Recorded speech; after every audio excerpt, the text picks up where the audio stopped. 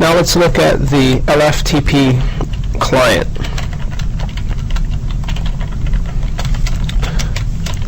It features a sophisticated, feature-rich FTP client. And by feature-rich we mean it provides connectivity to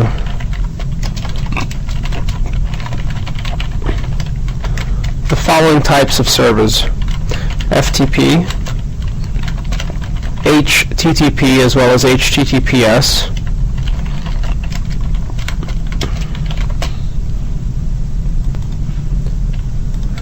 SFTP, which is basically SSH, using the current version, version 2, as well as others. So with this one client, you can connect to a wide variety of servers. It runs in interactive and non-interactive modes, which means you can script the process or use it like a basic FTP client.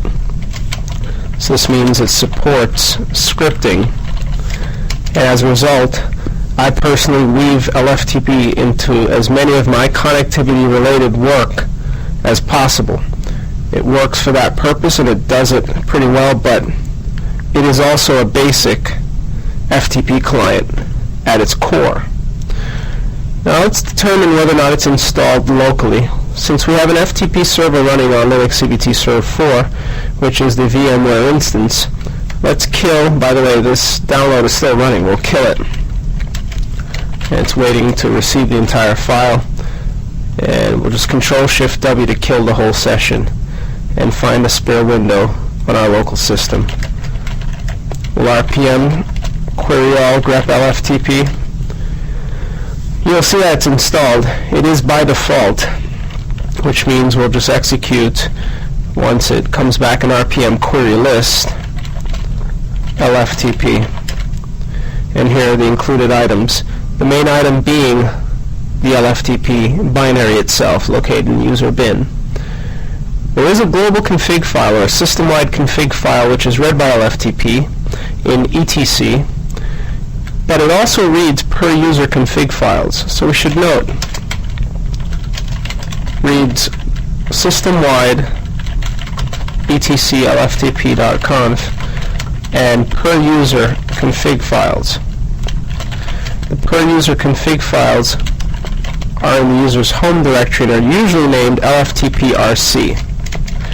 So to read directives supported by Lftp, whether you want to set passive versus active, perhaps to force SSL versus not to, all of those items can be read from either config file, and you can determine the settable items by navigating into Lftp's interactive interface and just type set-a, for example, and you'll see all of the items that may be set in your per user or system-wide config file. So again, Lftp with no options propels you into interactive mode, and you can use that mode to connect to servers, discover variables, so on and so forth. So usage.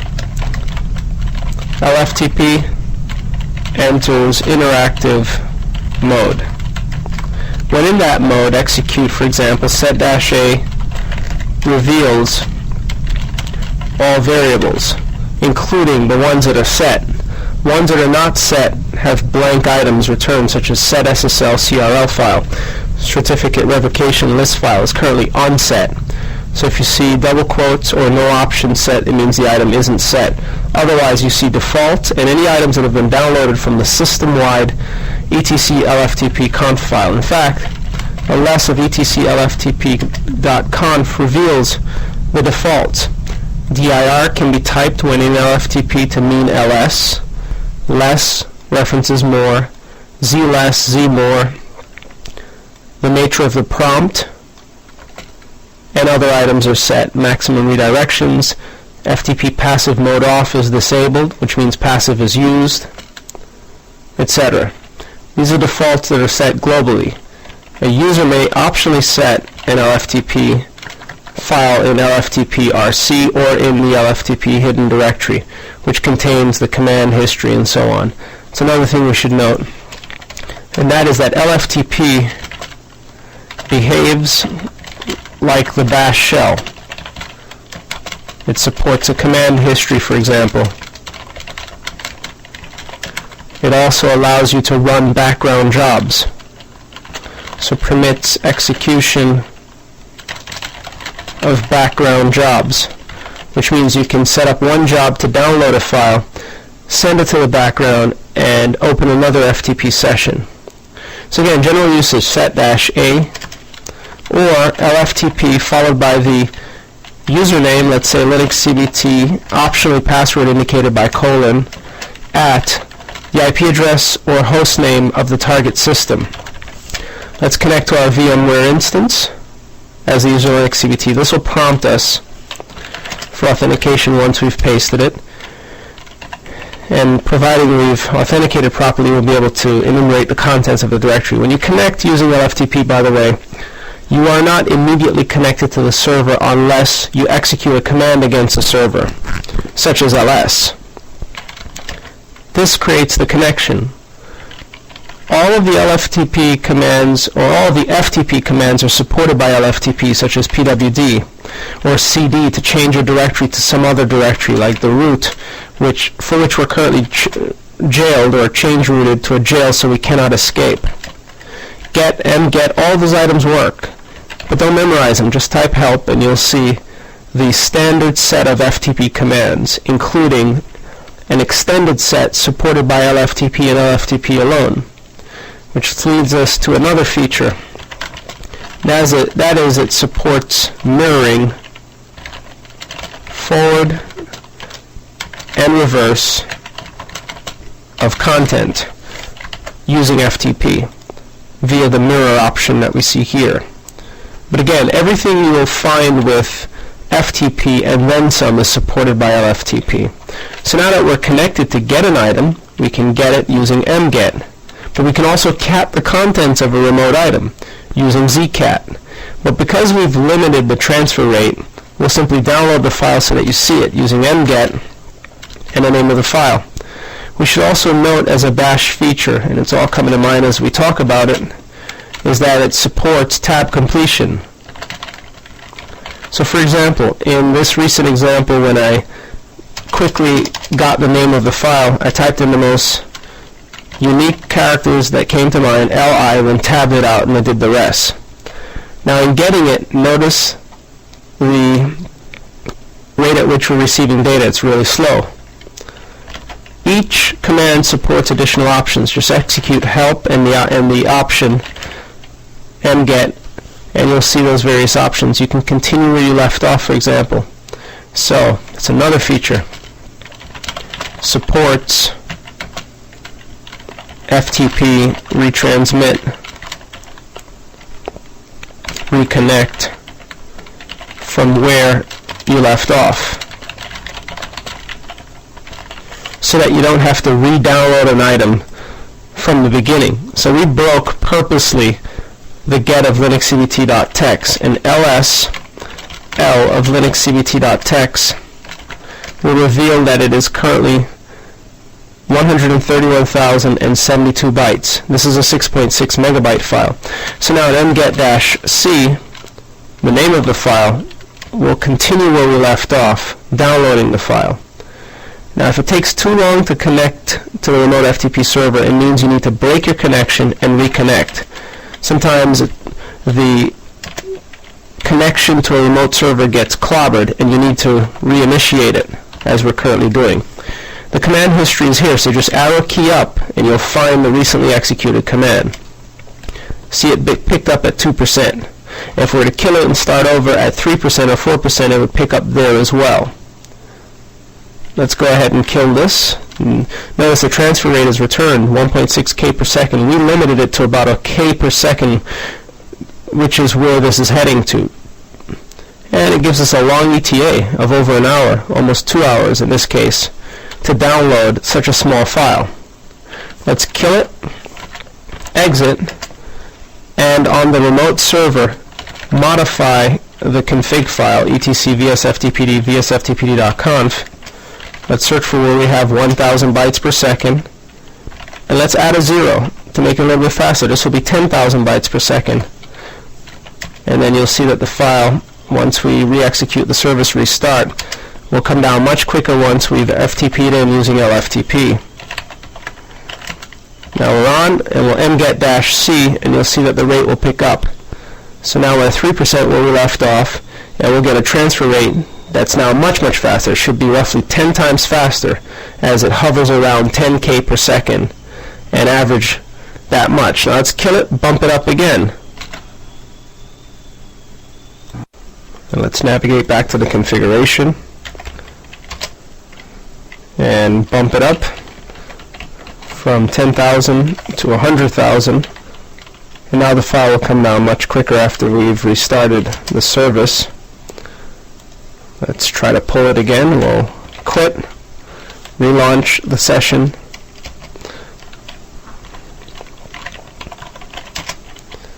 ls, and if we lsl the same file name using tab completion, we'll see where we are with the file, 393.216, roughly 5% of it. So let's mget-c again. The command history is maintained on a per user basis, so use your up and down arrows to navigate through previously executed commands. And this will pick up where we left off at 6%, and now it's definitely cycling through much faster at about 100K per second, and it will continue to download the entire file. So you can continue where you left off with uploads and downloads using Lftp. So third usage would be to mget-c, which continues downloads. And an optional usage would be mput-c, which continues uploads. We'll take one of the larger files that we have locally and attempt to upload it momentarily. This should be almost done. And from a separate shell, it's Control-Shift-T. Let's see what we have available in terms of text files and in terms of size, and we see 6.6 megs for the 1 million file. This would be good to attempt to upload. Let's take another version of it, the tar instance, and we will attempt to enumerate the contents and put. We'll break the put, so now it's at about 10% roughly. We'll kill it, reconnect, and then continue to put it using mput-c. It'll pick up 13%, kill it again, so on and so forth. Again, usually when you kill sessions, you lose your Lftp instance. You have to reconnect altogether. You have to quit and reconnect. You may also connect using the password at the shell by indicating the username followed by the password. This will allow you to connect without having to specify the password, but you run the risk of the password showing up in the user's bash history file, so beware of that. It'll show up, the fact that we executed it, and in this case we don't see it, so that tells us that it isn't there for this particular instance. But nonetheless, if we arrow key up, there it is, indicating that it is somewhere in the command history, and as a result we need to be careful. Now if you Lftp in general, it propels you into interactive mode. Lftp-help returns various options, including alternative ways of indicating the credentials using the -u option. So instead of colon, which is the standard URL option, we could do as follows: -u, username, comma, password, no @ symbol, space, IP address of the site. The site can be FTP, HTTP, SFTP, you name it. Now it connects us. Let's try it with SFTP. SFTP : / would connect us using SFTP. And now we have an SFTP instance, and we see the hidden files there. So another usage would be as follows: Lftp user password followed by an SFTP URL.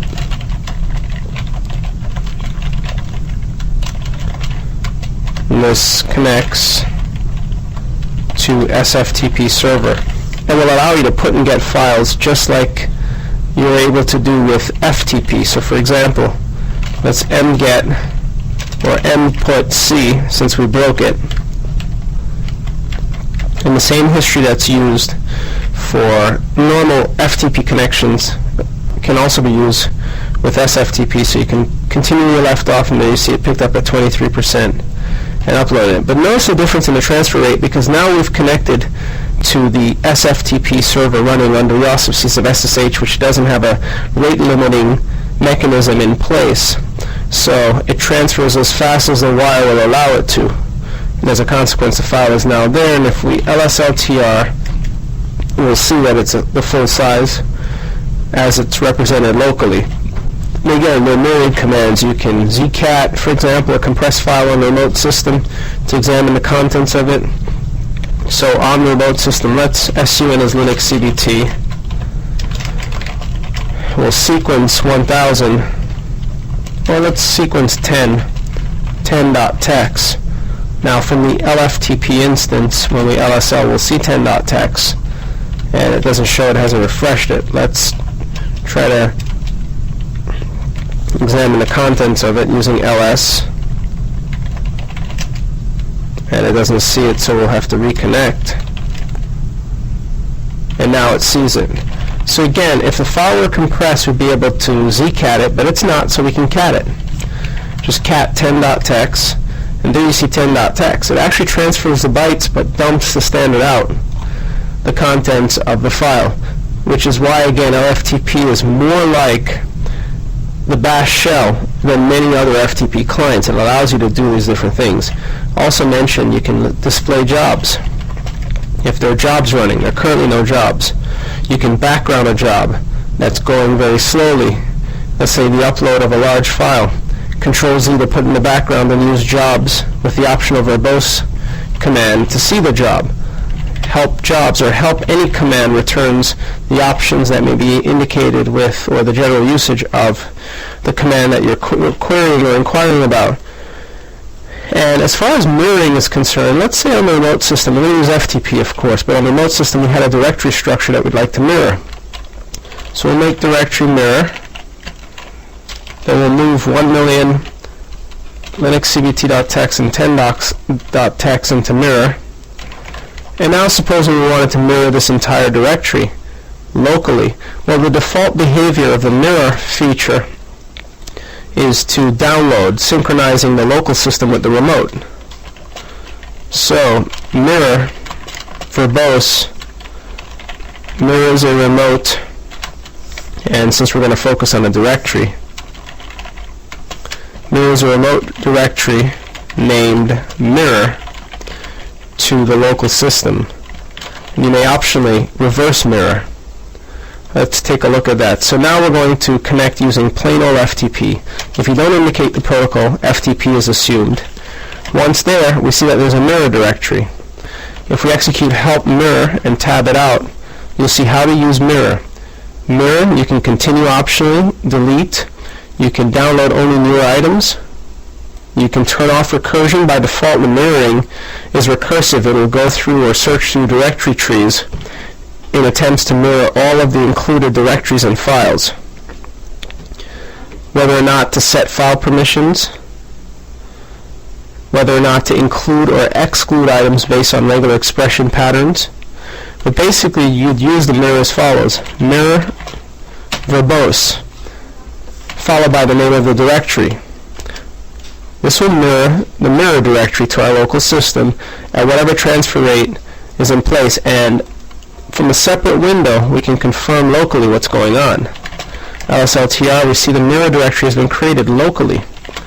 If we navigate into the directory, we'll see that the file is growing, 1,000,000.txt.tar.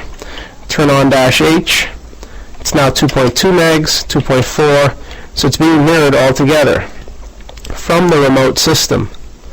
We can reverse mirror. What we'll do is, once we've downloaded the items, we'll reverse mirror to the other system. So mirrors a remote directory to the local system, whereas if we were to mirror with the RV option, the mirror directory, this is a reverse mirror, which means it puts items to a remote server. So if you've got a directory structure, let's say a web application directory structure that must be mirrored from your local system. So supposing you do your web modifications locally but need to publish the differences to a remote system, you could then use mirror with the R option, the uppercase R option, to reverse mirror. And that's a great way to take advantage of that feature set. We could also launch another session. We could background this job if we'd like. Control-Z does the trick. It places the job into the background. Jobs verbose returns information. Notice we're now doing jobs-V.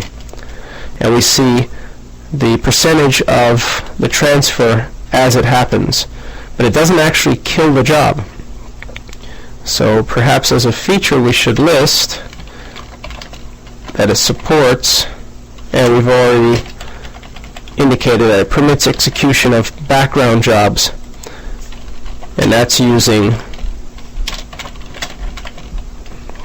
Control-Z to background, and use jobs-V to interact with the jobs. We see it's at 92%, and it will continue to transfer.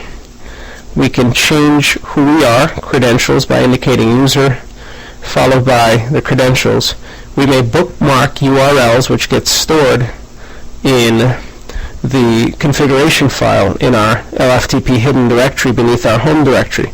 So that's another neat feature, the ability to bookmark sites. We'll list that as another feature as well. Supports bookmarks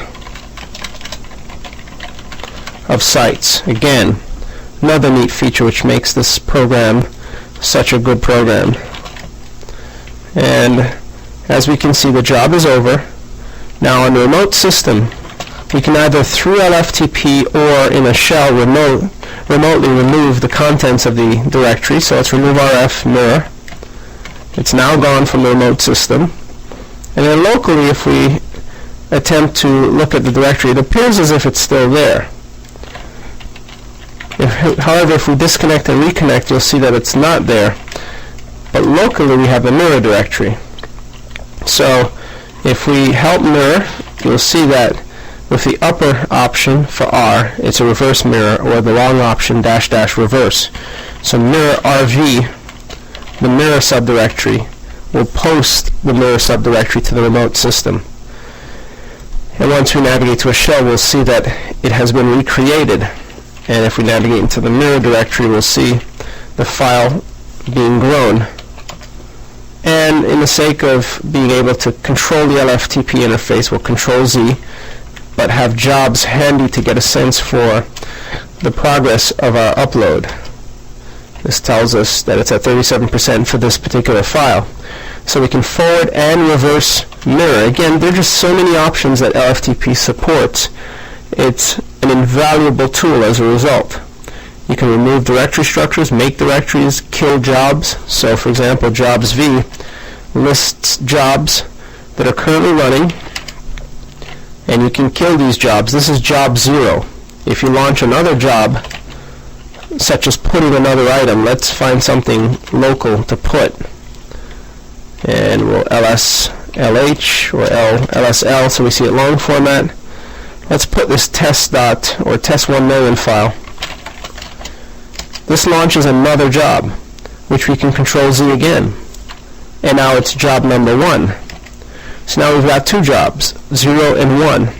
We can kill the job if we'd like, using the kill command, followed by the number of the job will allow us to easily kill that job.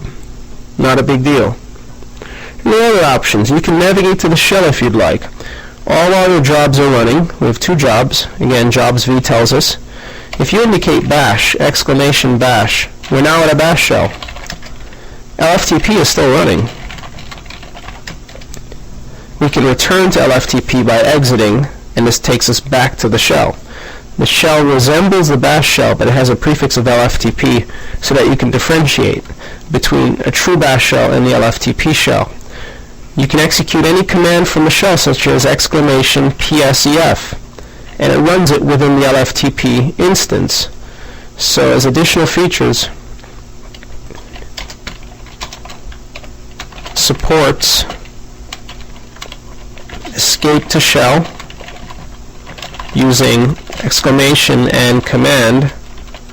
Example given, exclamation bash launches a bash shell. It also supports the execution of bash programs in general using the same exclamation command. Another example given, exclamation !PSEF, doesn't dump you to shell, it simply runs a program and returns the output from the program to standard out within LFTP.